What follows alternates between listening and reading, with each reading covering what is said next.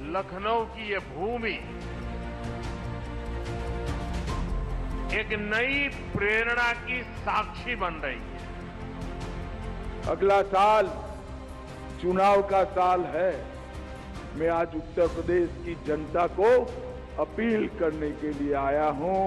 उत्तर प्रदेश के विकास के लिए, उत्तर प्रदेश के युवाओं के भविष्य के लिए, देश की सुरक्षा के लिए फिर से एक बार यहां पूर्ण बहुमत की, प्रचंड बहुमत के साथ भारतीय जनता पार्टी की सरकार।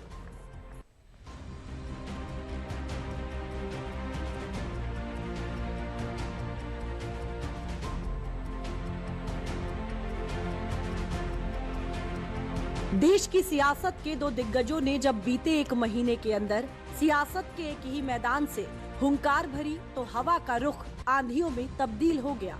पीएम मोदी और गृह मंत्री अमित शाह के लखनऊ दौरे ने यूपी चुनाव में विरोधियों को पटखनी देने के लिए चौहद्दी खींच दी है। गृह मंत्री अमित शाह ने तो लखनऊ की धरती से विधानसभा चुनाव 2027 का शंखनाद भी कर दिया था।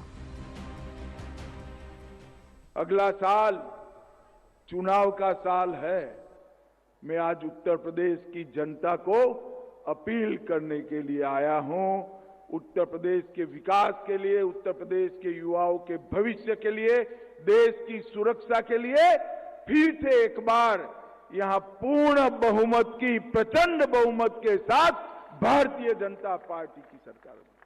ये परिवारवादी पार्टियां, चाहे कांग्रेस हो, सपा हो, बसपा हो, इस देश का, उत्तर प्रदेश का कल्याण नहीं कर सकती। उत्तर प्रदेश का कल्याण केवल और केवल भारतीय जनता पार्टी कर सकती।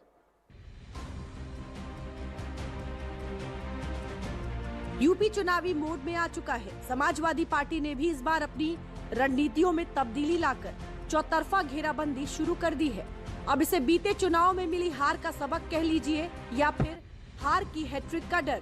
समाजवादी पार्टी अब पीडीए फॉर्मूले के साथ ही सॉफ्ट हिंदुत्व पर भी जोर दे रही है।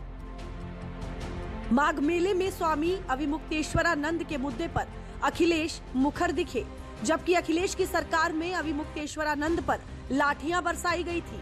अखिलेश ने बीजेपी के ब्राह्मण विधायकों की बैठक पर भी बयानबाजी की थी। कार सेवकों पर गोली चलाने वाली छवि से सपा बाहर निकलना चाहती है। अखिलेश यादव इटावा में केदारेश्वर मंदिर भी बनवा रहे हैं। सियासत के गलियारों में ये सवाल उठने लगे हैं कि आखिर अखिलेश यादव ने ये यू टर्न क्यों लिया है।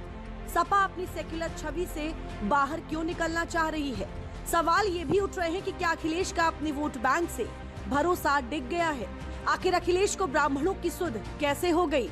बताया तो ये भी जा रहा है कि अखिलेश यादव को 27 से पहले डर सताने लगा है और वो डर यूपी की सियासत में ओवैसी की एंट्री का है। उत्तर प्रदेश में तो जाएंगे, उत्तर प्रदेश में दरी नहीं बिछाएंगे। उत्तर प्रदेश में एमवाई पीडीए का ये सब झूठ बातें करते हैं ना, उनके खिलाफ जाएंगे, आप निश्चिंत रहिए। 2013 में अखिलेश यादव उत्तर प्रदेश के चीफ मिनिस्टर थे और चीफ मिनिस्टर रहते हुए मुजफ्फरनगर का फसाद हुआ, 50,000 लोग बेघर हो गए। जाहिर है कि अगर ओवैसी ने यूपी में दमदारी से चुनाव लड़ा तो सपा के मुस्लिम वोट बैंक पर खतरा मंडरा सकता है और यही डर अखिलेश को सॉफ्ट हिंदुत्व की तरफ ले जा रहा है। लेकिन सबसे मौजूद सवाल ये है कि क्या यूपी की जनता अखिलेश के इस बदले अंदाज पर एतबार करेगी।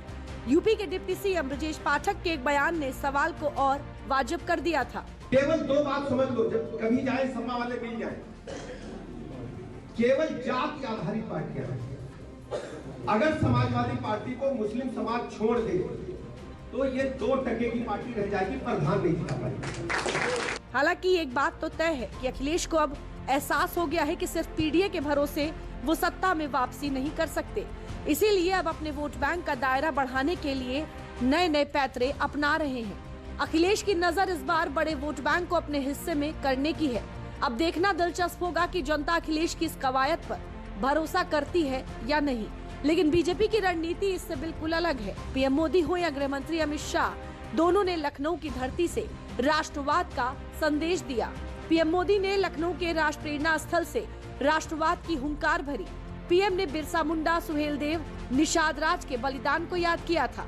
हर वर्गों की महान हस्तियों को याद कर पीडीए में सेंधमारी की कोशिश। पीएम मोदी ने सबका साथ सबका विकास के नारे को मजबूत किया। बीजेपी राष्ट्रवाद से लेकर विकास के मुद्दों को तरजीह दे रही है। हाल ही में यूपी के सीएम आदित्यनाथ ने भी सपा के काले कारनामों की किताब लेकर समाजवादी पार्टी पर हमला बोला था और यूपी सरकार में मंत्री ओपी राजभर सीएम योगी के बयान के समर्थन में आ गए हैं। योगी आदित्यनाथ ने जो बयान दिया है वो सही बयान दिया है। प्रदेश में समाजवादी पार्टी की सरकार को लोग गुंडों की सरकार कहते थे। कांग्रेस की सरकार रही हो चाहे बसपा की सरकार रही हो, दंगे होते थे, कर्फ्यू लगते थे।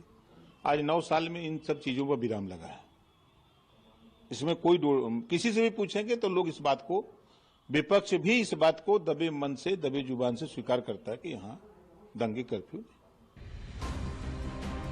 बीजेपी के दिग्गज नेता एक के बाद एक यूपी का दौरा कर रहे हैं और इन दौरों से ये तो साफ है कि बीजेपी अभी से 2027 के चुनावों की तैयारी में जुटी है और हर स्तर पर पार्टी की रणनीति तैयार की जा रही है।